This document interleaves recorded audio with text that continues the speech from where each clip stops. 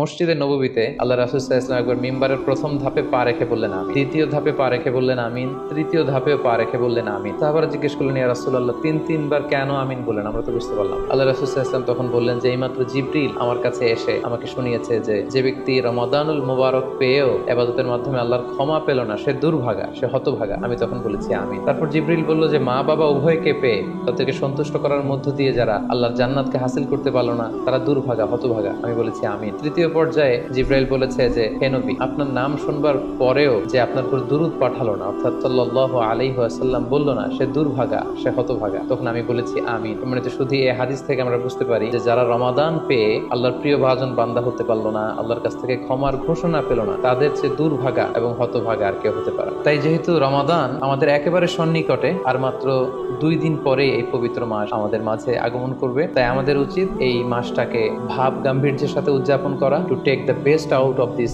Blessed month. যত বেশি পরিমাণে সম্ভব নেক কাজ করে আল্লাহ তাআলার ক্ষমাপ্রাপ্ত বান্দাদের অন্তর্ভুক্ত হওয়ার চেষ্টা করা। আমরা যদি এই মাসকে উদযাপনের জন্য এখন থেকে একটা প্ল্যান করি বা প্রোগ্রাম করি এবং সেটার আলোকে যদি পুরো মাসটি আমরা পরিচালনা করবার চেষ্টা করি, তাহলে আশা করি খুবই ফ্রুটফুল ওয়েতে এই যে অফার দেওয়া হয়েছে, স্পেশাল অফার, এই অফারগুলোকে আমরা কাজে লাগাতে পারবো এবং বেশি বেশি ইবাদত করে আল্লাহ তাআলার প্রিয় ভাজনদের অন্তর্ভুক্ত হতে পারবো।